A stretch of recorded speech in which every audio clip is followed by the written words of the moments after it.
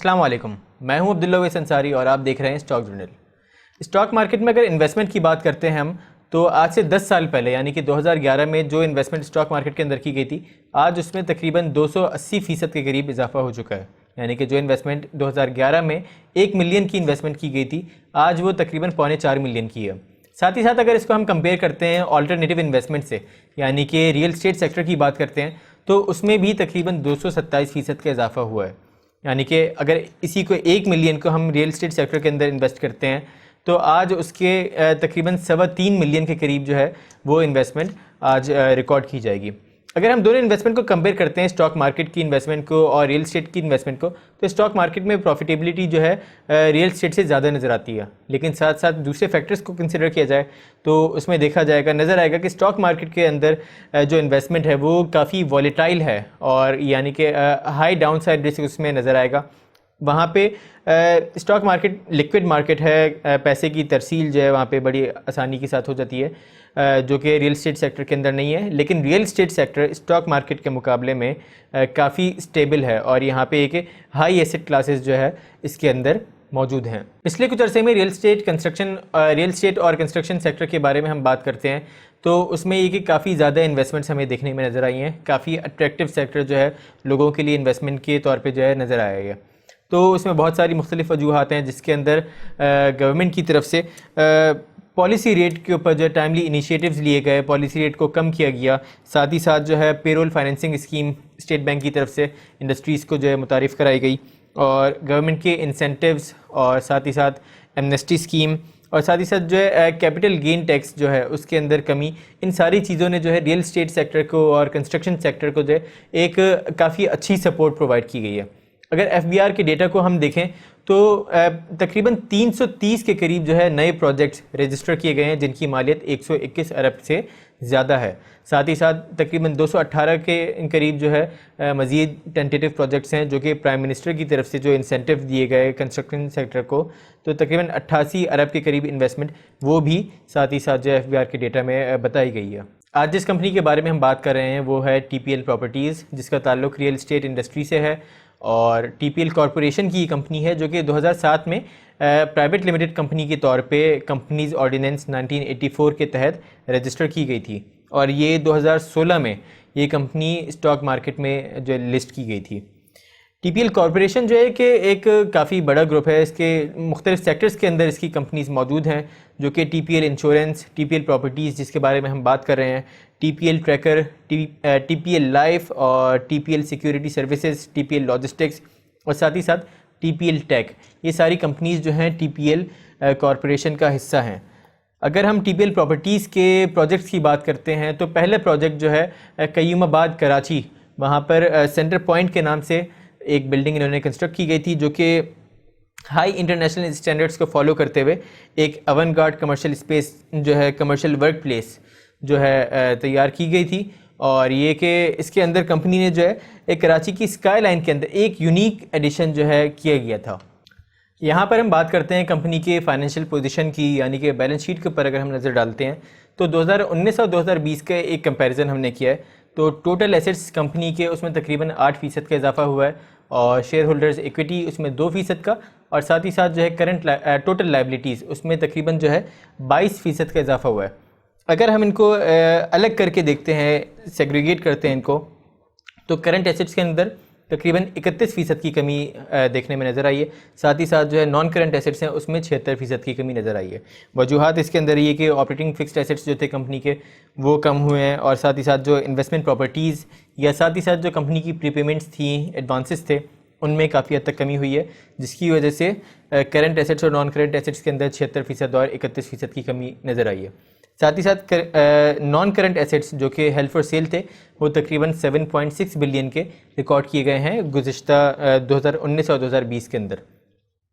अब यहाँ पे हम बात करते हैं कंपनी की लाइबिलिटीज़ के ऊपर, जिसके अंदर तकरीबन 22% का इजाफा हुआ और करंट लाइबिलिटीज़ के अंदर तकरीबन 15% और नॉन करंट लाइबिलिटीज़ के अंदर जो है तकरीबन 25% का इजाफा हुआ, जो कि कंपनी ने डिफरेंट लोन्स वगैरह या कोई फाइनेंसिंग स्कीम जो है कंपनी ने जो है ली है, मुशारका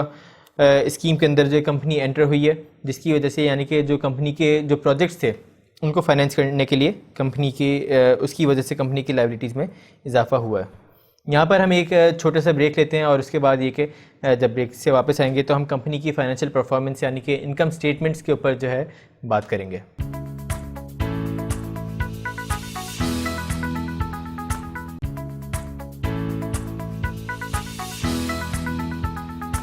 वेलकम बैक। हम बात करते हैं कंपनी की फाइनेंशियल परफॉर्मेंस के ऊपर यानी कि इनकम स्टेटमेंट की बात करते हैं। तो 2019 में कंपनी की रेवेन्यूज़ तकरीबन 597 मिलियन रिकॉर्ड किए गए और जो कि 2020 में 13% से बढ़ के तकरीबन 678 मिलियन के करीब जो है फिर रिकॉर्ड किए गए हैं। 2021 में इसके अंदर तकरीबन 36% की कमी नज़र आई है और जो वजूहात इसके अंदर जो नज़र आती हैं वो वजूहात ये कि प्रोजेक्ट्स जो कंस्ट्रक्ट कर दिए गए थे वो उनको या तो सेल नहीं किया गया या फिर ये परचेजिंग पावर लोगों की कम हो जाने की वजह से वो फ़िलहाल जो है रेवेन्यूज़ के अंदर कन्वर्ट नहीं हुए। साथ ही साथ हम नज़र डालते हैं कंपनी की डायरेक्ट ऑपरेटिंग कॉस्ट यानी कि जो कॉस्ट ऑफ सेल्स हैं उसके ऊपर नज़र डालते हैं। तो 2019 में 174 मिलियन जो कि बढ़ के 2020 में 216 मिलियन के करीब रिकॉर्ड किए गए और 2021 के अंदर काफ़ी हद तक उसमें कमी देखने में नज़र आई है, तकरीबन जो कि आधे हो गए हैं और 124 मिलियन के करीब जो है कॉस्ट ऑफ सेल्स यानी कि डायरेक्ट ऑपरेटिंग कॉस्ट रिकॉर्ड की गई है। वजूहत हमने पीछे भी जानी थी कि गवर्नमेंट की तरफ से इंसेंटिव्स दिए गए थे जो कि कंस्ट्रक्शन सेक्टर को और जो अलाइड सेक्टर्स हैं सब ने इसका फ़ायदा उठाया और उसकी वजह से जो कॉस्ट ऑफ सेल्स में काफ़ी हद तक कमी नज़र आई है। साथ ही साथ हम ग्रॉस प्रॉफिट की बात करते हैं तो उसमें तकरीबन जो है 31% की कमी देखने में नज़र आई पिछले साल के मुकाबले में। रेवेन्यूज़ हमने यहाँ पे देखे कम होते हुए नज़र आए हैं, लेकिन साथ साथ जो कॉस्ट ऑफ सेल्स है वो भी कम होते हुए नज़र आई है, जिसकी वजह से जो ग्रॉस प्रॉफिट्स हैं उसके अंदर बहुत ज़्यादा डिक्लाइन जो है नहीं नज़र आता हमें और 313 मिलियन पे कंपनी के ग्रॉस प्रॉफिट्स रिकॉर्ड किए गए हैं। फाइनेंशियल परफॉर्मेंस के ऊपर बात करते हुए आगे बढ़ते हैं और कंपनी के फाइनेंशियल चार्जेस के ऊपर बात करें तो गुज़श्ता साल जो है तकरीबन 419 मिलियन और इस साल 1.5% इजाफे के साथ 425 मिलियन जो है फाइनेंशियल चार्जेस रिकॉर्ड किए गए हैं। और वजूहत हमने पीछे भी देखी थी, करंट लायबिलिटीज़ में इजाफा हुआ और उसका इम्पैक्ट यहाँ पे हमें देखने में नज़र आता है। साथ ही साथ अब बात की जाए कंपनी के प्रॉफिट आफ्टर टैक्स यानी कि नेट प्रॉफिट की बात करते हैं तो पिछले साल 113 मिलियन और जो कि साल कम होके तकरीबन 70 मिलियन के करीब जो है कंपनी के प्रॉफिट्स रिकॉर्ड किए गए हैं। इसमें बहुत सारी वजूहत हमें नज़र आती हैं, साथ ही साथ जो है फाइनेंशियल चार्जेस थोड़े से बढ़ते हुए नज़र आए हैं। उसके अलावा कंपनी के रेवेन्यूज़ जो हैं सेल्स कंपनी की डिक्लाइन हुई है जिसका इम्पैक्ट कंपनी के नेट प्रॉफिट के ऊपर नज़र आता है। यहीं पर अगर हम कंपनी की अर्निंग पर शेयर की बात करें तो गुज़श्ता साल जो है कंपनी की अर्निंग जो है 35 पैसा पर शेयर जो है रिकॉर्ड की गई और इस साल जो है प्रॉफिटेबिलिटी कम होने की वजह से 22 पैसे पर शेयर जो है कंपनी की अर्निंग रिकॉर्ड की गई है जो कि पिछले साल के मुकाबले में तकरीबन 37% कमी है इसके अंदर। आप अपनी स्क्रीन पर देख सकते हैं कि एक चार्ट आपको नज़र आ रहा होगा और वो ये कि कंपनी की प्राइस स्टॉक प्राइस जो मूवमेंट है वो इसको इंडिकेट करता है, वो आपको बताता है। यहाँ पे आप अगर चार्ट पे देख सकते हैं अपने सामने तो जून से पहले का जो अरसा है उसमें कंपनी की प्राइस तकरीबन 10 रुपये के इर्द गिर्द घूमती हुई नज़र आ रही है और उसके बाद ये कि एक काफ़ी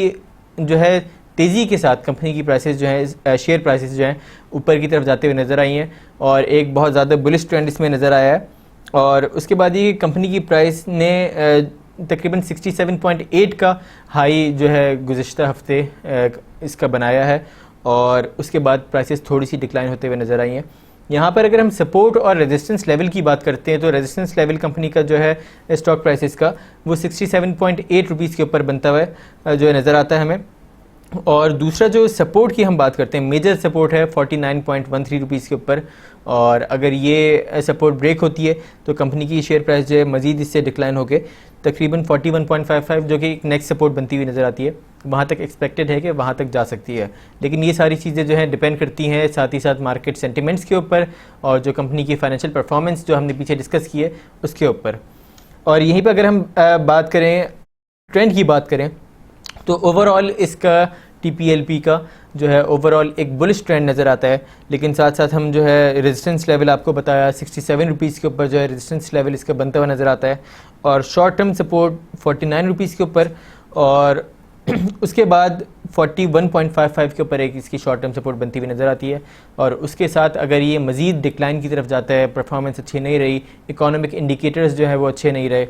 तो इसकी स्टॉक प्राइस मज़ीद जो है नीचे जा सकती है और वहाँ पे एक नया सपोर्ट लेवल यानी कि 23.6 रुपीज़ के ऊपर, और फिर उसके बाद ये कि इसी प्राइस के ऊपर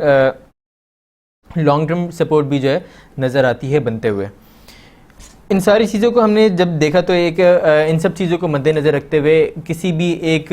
लेमैन के लिए हमने ये सारी चीज़ें बयान की हैं। ये कोई बाय कॉल या फिर सेल कॉल इसमें नहीं दी जा रही है। एक लेमैन के लिए अंडरस्टैंड करने के लिए कि स्टॉक मार्केट में जब काम किया जाए तो किन किन चीज़ों को मद्देनज़र रखा जाता है। और एक आम इन्वेस्टर, जैसे कि पाकिस्तान में स्टॉक मार्केट के अंदर लोग काम करते हैं, लेकिन ये कि एक